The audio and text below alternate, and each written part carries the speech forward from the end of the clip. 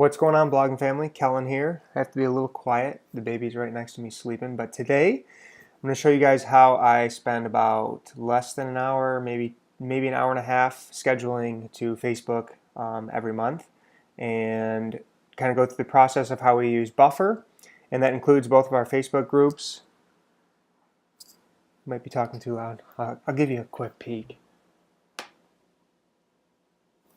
She's a little sick too, which stinks, but we're getting through it together. All right, so I'm going to put myself in the corner here and get started here. So we use Buffer. We are on the business plan. We are on the pro plan, I believe it's called.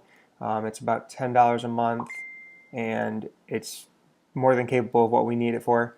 You get up to 100 queue, so 100 posts that you can queue up at a time, and you can connect up to 10 different social media accounts. So we have our Savvy Couple page, our Savvy Couple group, our Blogging with Purpose, and our Twitter. And we also have Instagram. Twitter and Instagram we don't really use all that much.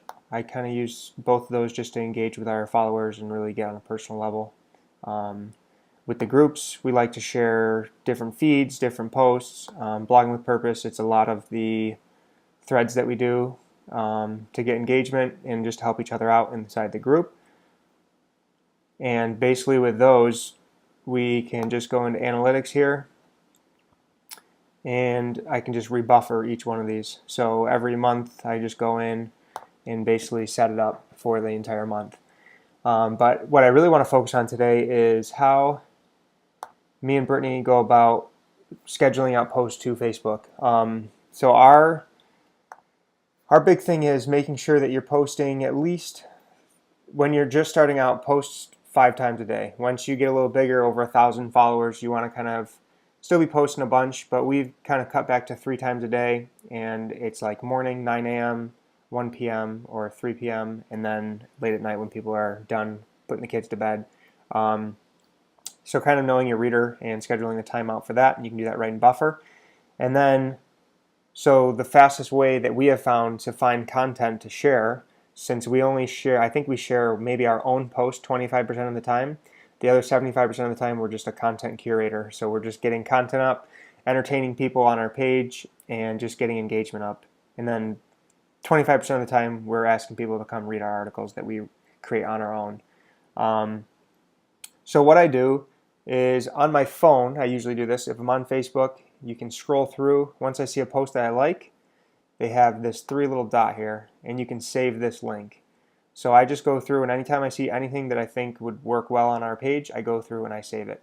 So if I were to go to my saved here, these are all just queued up in my save folder that I can come through, and I usually scroll to the bottom because that's the farthest out of when I saved. So I mean hundreds. So content forever. I will come through, and one at a time I'll hold the command or shift key or control, whatever it is for your computer. On MacBook it's command, and I'll open up each individual tab, and as I go I'll unsave and I'll open up a bunch. So I have like 40 opened right now. And that's how I get started. So then once we have that content up that we like and we think is going to work well with our group or with our page, I'll go into each individual post here.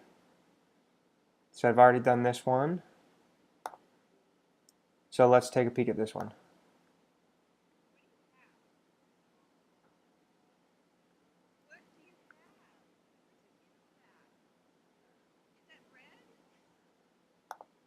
So it's just a cute little video of a girl. It's hitting our target audience that are mostly moms and females or family members, dads. So I'm just going to say for carb lovers can relate. And just put like a piece of bread. And that's it. And we're going to add it to the queue, and it's done. So now I'm on to the next one. This is the Chrome extension up here that I'm using. That's with Buffer. This one's kind of inspirational with LeBron James never knowing his dad and being so successful. So this is just one that I will say, what an incredible story. And that's it. I'll show you a couple more. So this one really caught my eye. This little girl, I forget what she was, cerebral palsy, and she finally get to walk on her own, and stuff like this just touches my heart to the core. I'm an emotional dude, so this kind of stuff really tears at my heart. So like something like this, I'm not crying, you are. And put like a sad face. Poor girl.